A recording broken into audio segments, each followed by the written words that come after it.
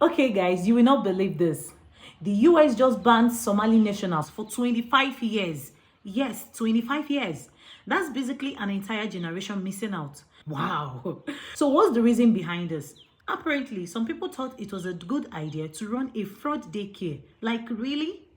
Scamming taxpayers and you are out here playing games? That's already a hard pass. Honestly, some people need a reality check. But wait, it gets even more ridiculous.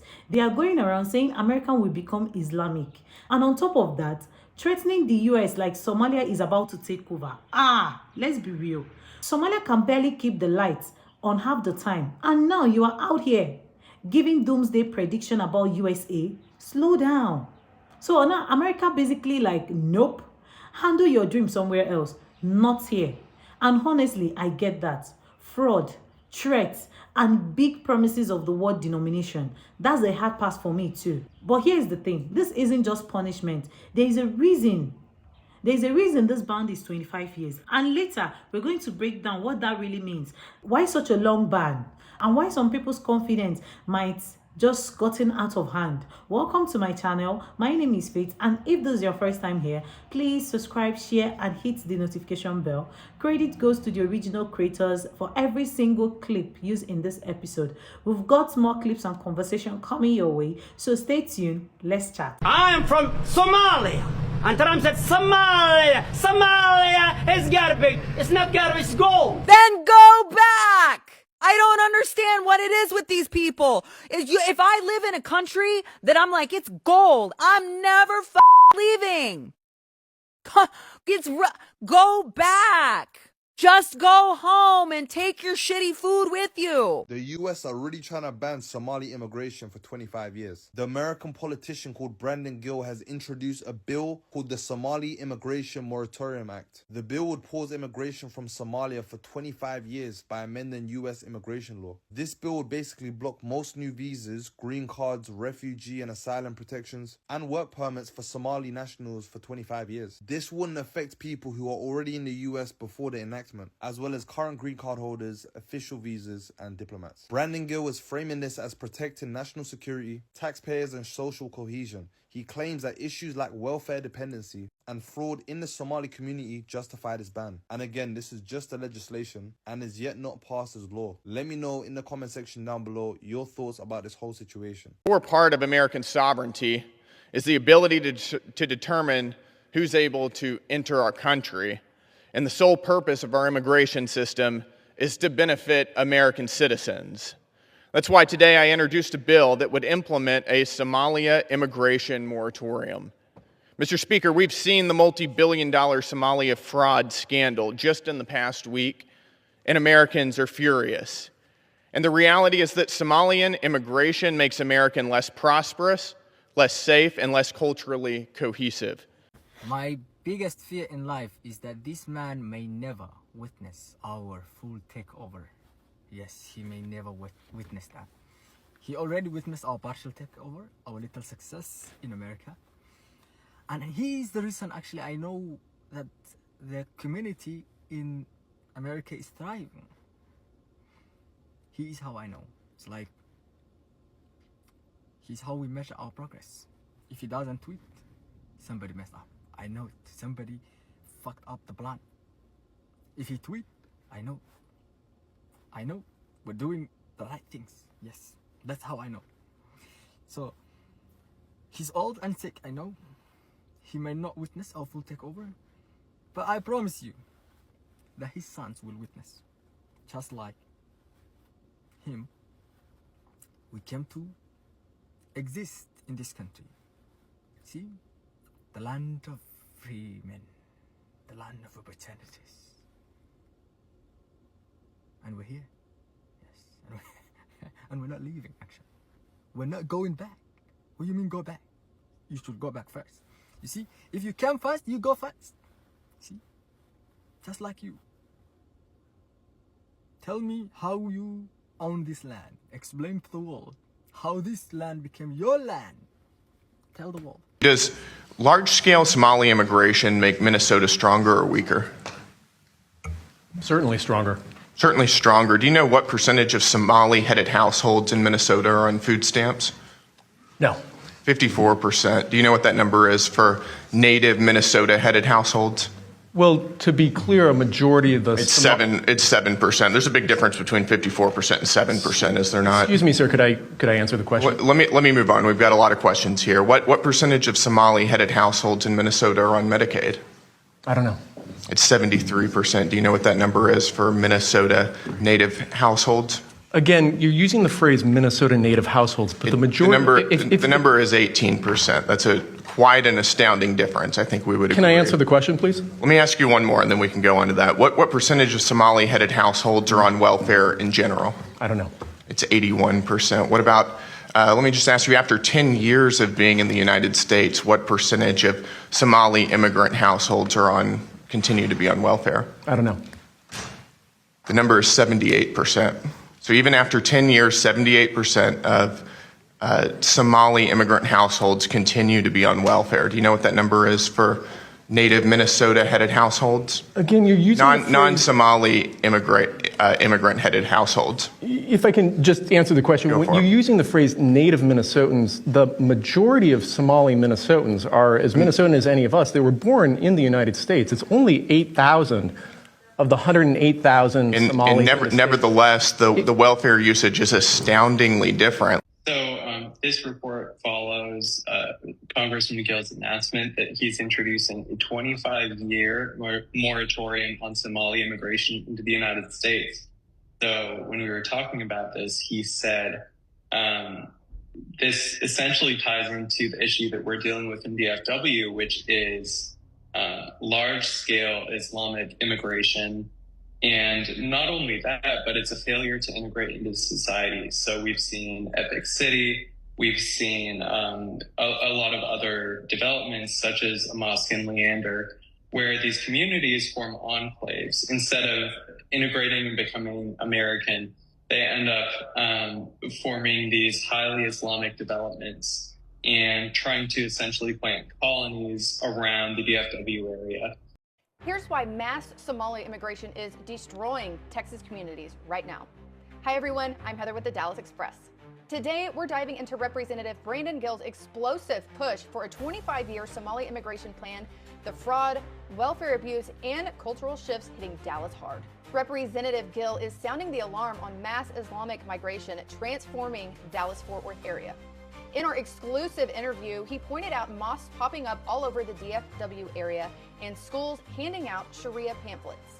At Wiley East High School, Why Islam distributed Qurans, Sharia info, and hijabs unauthorized, but it still happened. Gill ties it to concerns like calls to prayer or Sharia creeping in. His bill pauses Somali immigration for 25 years. Somalia is mostly Muslim, and this wave brings problems. 81% of Somali households are on welfare nationwide. In Minnesota, 73% are on Medicaid and 54% on food stamps. Now in Texas, an Afghan in Fort Worth threatened a bombing while backing the Taliban. Islamic developments like East Plano's Meadows spark Sharia fears. Governor Abbott has banned them. Attorney General Ken Paxton is investigating. An Austin Muslim school plans a trust that is linked to Hamas financing. But here's the real crisis. Unchecked migration overloads welfare, spikes crime, and erodes communities without pushback. And Gill's right on stats. Somali crimes higher, welfare massive, Minnesota scams built billions, and terror ties. The Wiley incident questions security. Islamic centers push developments, worrying locals. Abbott's law, Paxton's probe fight back, but more is needed. Now, Gill's bill drops February 4th, pausing Somali entries for 25 years, tackling fraud and assimilation. Mass Somali migration transforms Texas with welfare-strained crime, cultural shifts, and Gill's moratorium aims to halt it, safeguarding communities. Now, make sure you check out all of the details in this exclusive interview at dallasexpress.com. Also, make sure you download our mobile app on Google Play or the Apple Store. Somali immigrant households continue to be on welfare. I don't know. The number is 78%. Well, that guy doesn't know a lot, but he does know to be offended by Brandon saying Somalian head of households versus Minnesota natives. He knows to be offended about that, but he doesn't actually know the statistics that he is there to argue. They are a drain on our economy and our society. They are contributing nothing. Somalians are contributing nothing to our society except fraud and abuse and siphoning off your taxpayer dollars. And I don't recall voting to bring a bunch of third worlders into my country to use my tax dollars to go out there and create fake daycares and siphon in the millions. I didn't actually vote for that. I don't think you did either. So why should we continue to allow this? It would be different, by the way. Like, I love when people accuse me of just saying this because they don't like the color of their skin. I don't care if you are black, if you are brown, if you are white, if you are purple. I don't care what color you are. If you are coming here and you're not contributing and you're actually taking way more than you are putting into this country, you shouldn't be here. That is national suicide. That's stupid. That is a dumb immigration policy, and it should stop.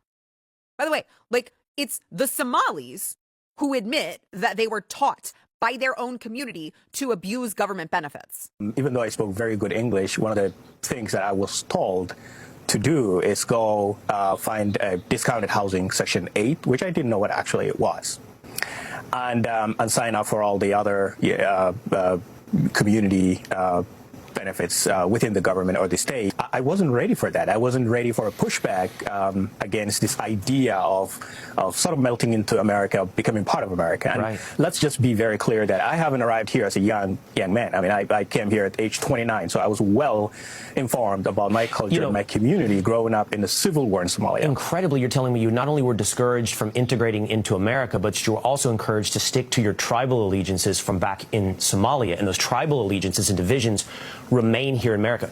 Guys, like, what are we doing? By the way, that's not the only community who teaches each other to commit fraud. Anyone care to guess which one it is? Let me tell you, they're coming here on visas like H-1Bs and H-4s and H-2. I mean, my inbox is flooded. A Somali man from Ohio claims America will become an Islamic state and says Trump should be told. Listen to what he has to say. Islam's coming to America. Islam's coming to America? Yes, it's coming. Wait, is this going to be one day America will become a Muslim state, a Muslim country. Really? Tell Trump. That's never going to happen. Yes, it will That's happen. never going to happen. God is powerful. It's never going to God, God is powerful. Is that what everybody here wants? You want to see That's one thing. Our goal is to make America Islam. Really? Islamic state. Yes. Look. God is powerful. It's never going to happen. Yes. You control the heart of Americans. God guides whom He wills. Over my dead. Many Americans are disturbed. A country built on Christian heritage opens its doors, feeds you, protects you, and then you openly talk about taking control, imposing your religion, and reshaping the nation that helped you. That crosses a line. What makes it worse? When people raise these concerns, supporters rush in saying it's fake or AI, even when it's real. Add reports of fraud in some communities, and trust is shaken. Protection does not mean entitlement or dominance. America must act fast. Europe must act fast. Are governments responding quickly enough or waiting until it's too late? Drop your thoughts in the comments. So this is Quality Learning Center. I meant to say Quality Learning Center. We've arrived to ABC Learning Center. All the windows are blacked out. I would like to check a child in the daycare. Why? Can I speak to a manager? I would like to see if I could bring little Joey, my son little Joey here. Is there paperwork or can I check out the daycare? You got $2.66 million this year in funding and $2.5 million last year. We're just wondering where the kids are. Hello, we'd like to ask where the money's going. Wow. You're right. So that was the old good journalism. By the way, Fox Digital reached out to that learning center to try and, get a statement from them. And apparently the number doesn't even work. So we did not get a response there. Well, and we're talking too, I mean, some of these different places where you visited and collectively have received millions and millions in state funds. And, and I watched the 42 minutes and good for Nick Shirley. And he also was accompanied, I'm forgetting the gentleman's name who was with him, who's done so much research in this as well. The man you can see right there with the papers, who's done just as a citizen, a concerned citizen flagging this, realizing that there's big issues. So it kind of raises a question too. If concerned citizens were flagging this years ago, and then, you know, it just, why did the government? My name is Deco Noor. I'm a parent who receives federal funding for childcare for my kiddo. Over 20,000 kids will lose access to childcare programs. And that, that 20,000, thousands of children rely on childcare, and thousands of parents rely on childcare. Therefore, if childcare will, oh my God.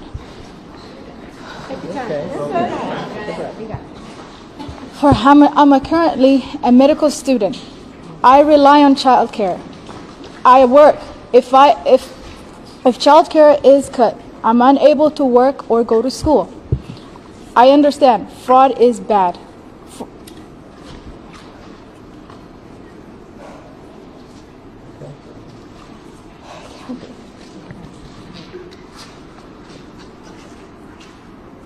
Look at the rock on her finger.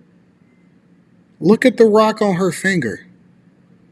You know what? When y'all first sent me this video, I didn't even notice it, but I'm noticing it now. Look at the rock on her finger. That's crazy, the pear-shaped rock on her ring finger. And then she says that she's a medical student. First of all, she can't even follow the script that they gave her because she just shot herself in the foot, and she just told y'all, and they basically admitting to your face that they committing fraud. They're admitting it, they throwing it in your face, and you just acting like it don't even exist. She got her hand over her mouth because she knows she slipped up, and because we on the internet in the social media era, it lives forever, so it's gonna go out. And you knew it was gonna come into my hands, baby, because as soon as I get it, I'm gonna report on it and I'm gonna show you exactly what's being communicated. So while they put together their rallies and they try to figure out how it is that they're gonna keep the fraud turned on, and while we, and this is the most disrespectful part, why are we paying for child care, fake child care, fraud child care? Why are we paying for child care for other people to benefit, and they are not even from this country, mostly temporary protective status, asylum seekers? Fuck is going on? And now you see why a lot of people are basically revolting, and people are tired, and they saying, man, I don't even feel like paying for this junk no more because this is disrespectful. This is disrespectful. I don't want to pay taxes anymore because it's disrespectful, because it all goes towards fraud. And she just basically just admitted it to you and slipped up and said it right in front of your face, and nobody batted an eye. They tried to get her composed. This is crazy, bro. Hey, so this alleged daycare fraud story in Minnesota is alleged.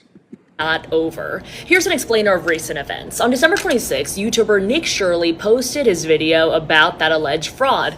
And then a few days later, HHS Deputy Secretary Jim O'Neill announces this: we have frozen all childcare payments to the state of Minnesota. Now, in this video, he and another Trump administration officials say they are talking about the $185 million. So here's the tea, guys. America just handed down a 25 years ban, and honestly, I can't even argue it. Fraud daycares, check. Threatening the country, check. Acting like Somalia is about to take over the US, double check. I mean, can you imagine being banned for 25 years just because you thought scamming people and threatening a country was a good idea? Like, did they really think America would just roll over? No, that's not happening. So yeah, America made it loud and clear. If you're here scamming, threatening, or dreaming too big, go handle it somewhere else. And honestly, I low-key can't even get mad. I actually find it a kind of satisfying. If you enjoyed this breakdown, hit that like button, subscribe, and comment your thoughts respectfully. What you think about this 25 years Somali ban. See you in my next video.